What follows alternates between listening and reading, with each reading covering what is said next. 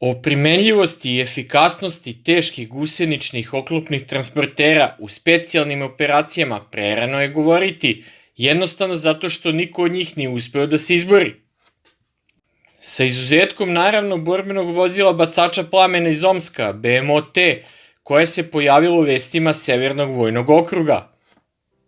Ovo je verovatno jedno od najkontraverznijih borbenih vozila u ruskoj vojsci.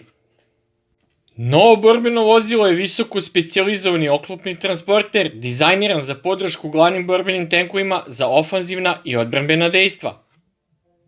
Zašto je upravo borbeno vozilo BMOT delegirana funkcija transportera bacača plamena do danas nije ostalo sasvim jasno. Možda mogu da efikasno unište neprijateljske bunkire, jer su termobarične granate veoma pogodne za uništavanje upravo takvih ciljeva.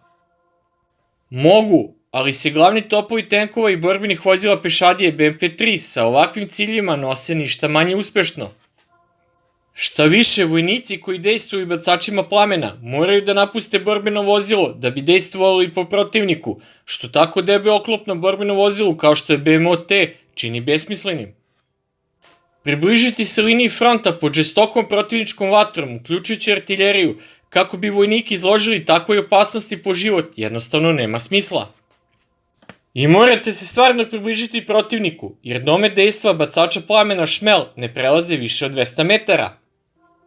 Zanimljivo je da drugi tip vozila teškog bacača plamena, TOS-1A, Solncepek, ima mnogo veći domet, a ne zahteva ljudstvo da izađe iz vozila kako bi se dejstvovalo.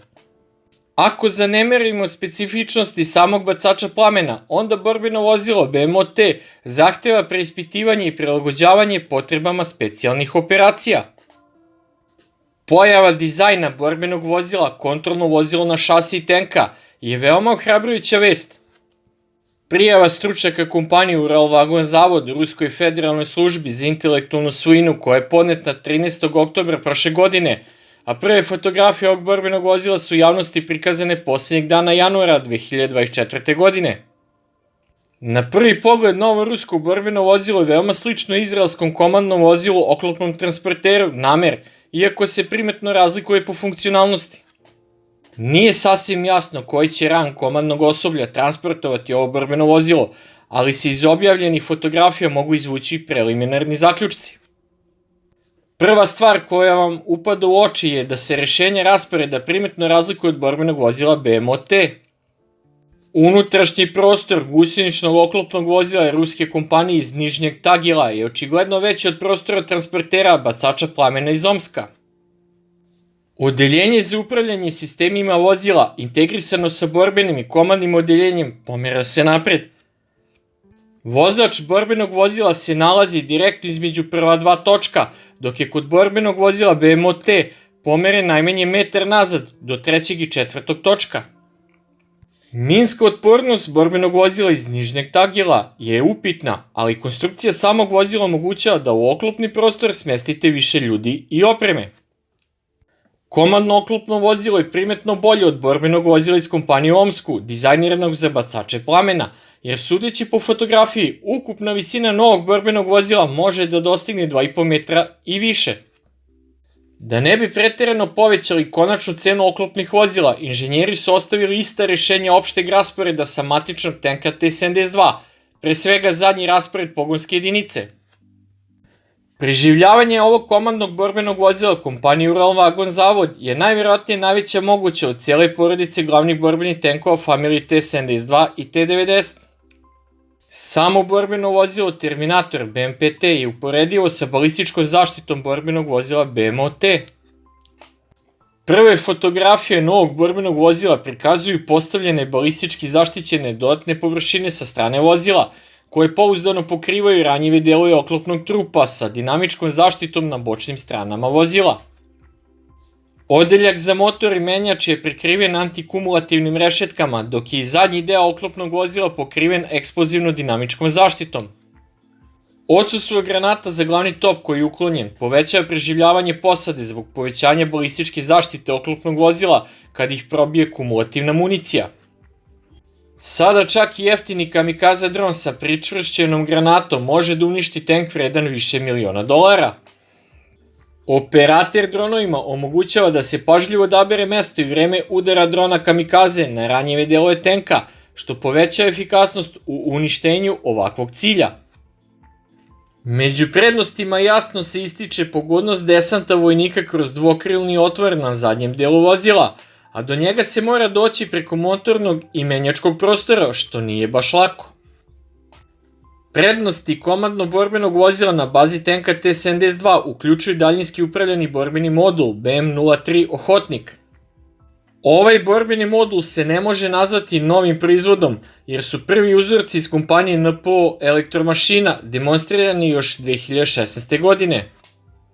Oružna stanica sa mitraljezom Kord kalibra 12,7 mm je stabilizovana u dve ravni i opremljena sistemom za navođenje sa kanalom za noćno ili termovizijsko osmatranje.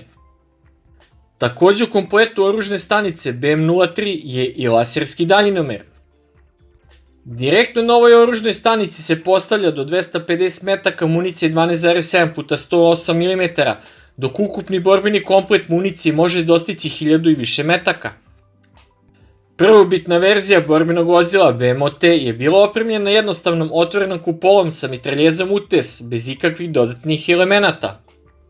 Na fotografijama projekta pažnju privlači obilje komunikacionih antena, kojih se može nabrojati 10 odjednom na krovu ovog novog borbenog vozila.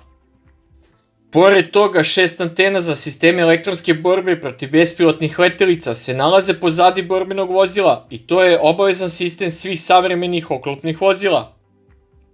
Ne postoji idealna tehnologija, posebno vojna tehnologija, pa ni komandno vozilo na šasiji tenkova nije bez svojih nedostataka. Počnimo sa montiranim naoružanjem. Postavljanjem oružne stanice BM-03 sa teškim mitraljezom praktično onemogućava dejstvo ovim mitraljezom unazad, jer polje dejstva ometaju montirane antene, koja će čak i kada je fleksibilna u pokretima, ipak biti oštećena kada se metak ispali u njenom pravcu. U isto vreme, za sada još nije pronađeno rešenje koje bi inženjeri primenili da izbegnu takav konstruktivni problem. Pretpostavka je da je najbolje rešenje za ovaj konstruktivni izazov postavljanje mitraljeza na jarbol kako bi mogao da dejstvuje u punom krugu.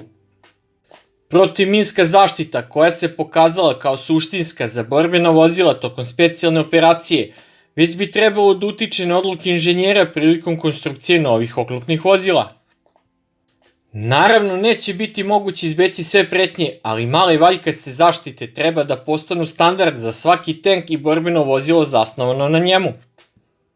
Bar za zaštitu od municije na dnu vozila i za gusenice, ali na slikama ovog borbenog vozila nema ništa slično. Neko će reći da je malo verovatno da će komandno vozilo ući u juriš kao deo udarne grupe, ali niko nije zabranio delovanje ovakvih borbenih vozila i u operativnoj dubini fronta. Protivnik je odavno u praksi primenio da postavlja minske barijere na najneočekivanijim mestima, a nije daleko dan kada će teške bespilotne letelice tipa Baba Jaga biti opremljene za postavljanje protivtenkovskih mina.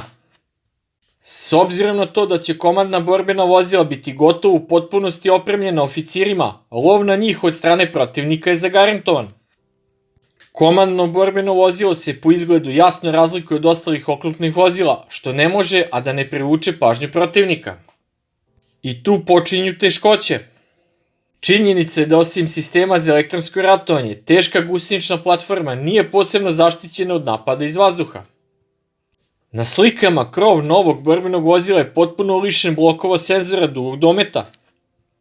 Ovim pitanjem će se naravno baviti trupe na terenu, ali zašto ne rešiti ovo pitanje u fabrici? Takođe ne postoje rešetkasti oklopi ili jednostavni okviri za mrežaste barijere protiv kamikaze dronova. Iskustvo specijalne operacije sugeriše da takva rešenja treba da budu prisutna na borbenim vozilima od samog početka projektovanja. Teški gusenični oklopni transporter je uvek dobar za takvu nadogradnju. Svaka dodatna zaštita, čak i po cenu nekog smanjenog resursa mobilnosti, dobro se isplati u spasenim životima. Stoga se čini sasvim logičnim da se tema komadno-komunikacionih borbenih vozila na tenkovskoj šasiji napravi i u varijanti za transport pešadije i vazdušno-desantnih snaga.